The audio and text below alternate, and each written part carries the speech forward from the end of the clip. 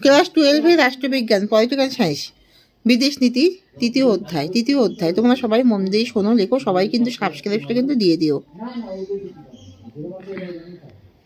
সাবস্ক্রাইবটা কিন্তু তোমরা দিয়ে দিও। ভারত পরীক্ষামূলকভাবে পরমাণু বিস্ফোরণ ঘটায় 1998 সালে। ভারতের পরমাণু নীতির মূল কথা হলো নো ফার্স্ট স্ট্রাইক। পররাষ্ট্র মন্ত্রণালয়কে বৈদেশিক নীতির মস্তক বলেছেন মর্গেন থাউ। কত সালের মধ্যে দক্ষিণ এশীয় অঞ্চলকে একটি মুক্ত বাণিজ্যিক অঞ্চল হিসেবে গড়ে তোলার সিদ্ধান্ত নেওয়া হয়? 2025 সালে। কোন দেশের বাধাদানের ফলে চীন এখনো সার্কের সদস্যপদ হতে পারেনি? ভারত।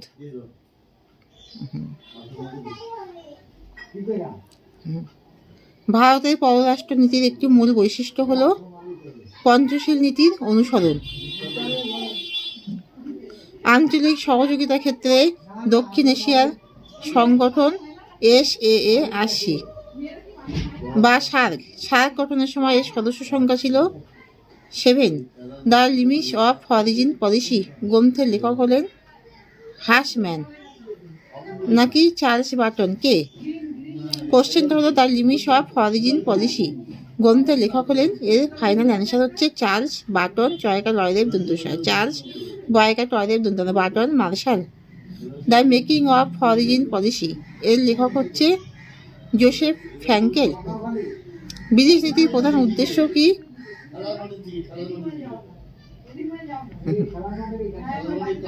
জাতীয় স্বার্থ রক্ষা করা। সিমলা চুক্তি স্বাক্ষরিত হয় 1972 সালে। 1985 খ্রিস্টাব্দে সার্ক গঠনের প্রস্তাব গৃহীত হয় ঢাকায়। জওহরলাল নেহেরু কোন জোটকে বিশ্ব শান্তি রক্ষার প্রকৃত জোট বলে মনে করেন? জোট নিরপেক্ষ। গুজরাল নীতি কার সৃষ্টি?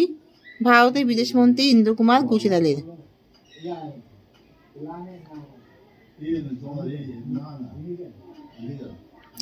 বহুমেরুতা বলতে কি বোঝো? আন্তর্জাতিক রাজনীতি একটি বা দুটি রাষ্ট্রের পরিবর্তে একাধিক রাষ্ট্রকে কেন্দ্র করে আবর্তিত হয়। দাদা, জোট নিরপেক্ষ আন্দোলনের প্রধান লক্ষ্য কি? ঝামেলা করো না, পড়াচ্ছি, ডিস্টার্ব করো না। জোট নিরপেক্ষ আন্দোলনের প্রধান লক্ষ্য হলো দেশগুলির মর্যাদা ও আত্মসম্মান রক্ষা করা। সার্কের একটি সীমাবদ্ধতা উল্লেখ করো। দক্ষিণ এশিয়ার সন্ত্রাসবাদ মোকাবিলায় সদস্য রাষ্ট্রগুলির সম্মিলিত প্রয়াস গ্রহণের অভাব। কে প্রথম সার্ক গঠনের প্রস্তাব দেন? বাংলাদেশের প্রাক্তন রাষ্ট্রপতি হোসেইন মোহাম্মদ এরশাদ সার্ক গঠনের প্রস্তাব দেন। প্রকৃত অর্থে জোট নিরপেক্ষতা বলতে কি বোঝায়? ভারত জাতীয় স্বার্থ অনুযায়ী স্বাধীন নীতির অনুসরণকে জোট নিরপেক্ষতা বলে।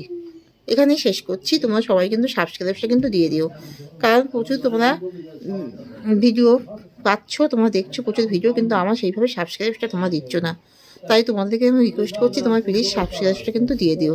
লাইক দিচ্ছ কিন্তু আমাদের সাবস্ক্রাইবটা বেশি প্রয়োজন। তোমরা দয়া করে সবাই সাবস্ক্রাইবটা কিন্তু দিয়ে দিও মনে করে।